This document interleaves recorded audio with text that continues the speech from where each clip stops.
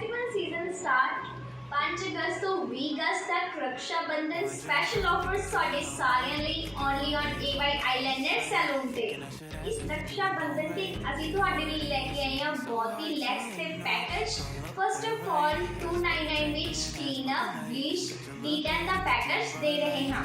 ਇਸ ਤੋਂ ਇਲਾਵਾ हेयर ट्रीटमेंट ਦੇ ਵਿੱਚ ओनली 499 ਵਿੱਚ head wash head massage hair spa hair cut and hair fall का ट्रीटमेंट दे रहे हैं।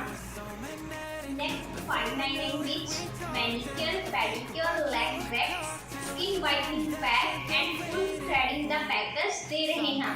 699 ਵਿੱਚ facial bleach arms wax face wax का पैकेज दे रहे हैं। नेक्स्ट 2999 ਵਿੱਚ रिबॉन्डिंग स्मूथनिंग हेयर स्पा का ट्रीटमेंट दे रहे हैं। ਤੁਸੀਂ ਸਾਰੇ ਜਣੇ ਜਲਦੀ ਤੋਂ ਜਲਦੀ AY ਆਈਲਾਈਨਰ ਸੈਲੂਨ ਤੇ ਇੱਕ ਵਾਰੀ ਜ਼ਰੂਰ ਵਿਜ਼ਿਟ ਕਰੋ ਤੇ ਆਪਣੇ ਇਸ ਫੈਸਟੀਵਲ ਨੂੰ ਇੰਜੋਏ ਕਰੋ। Thank you so much.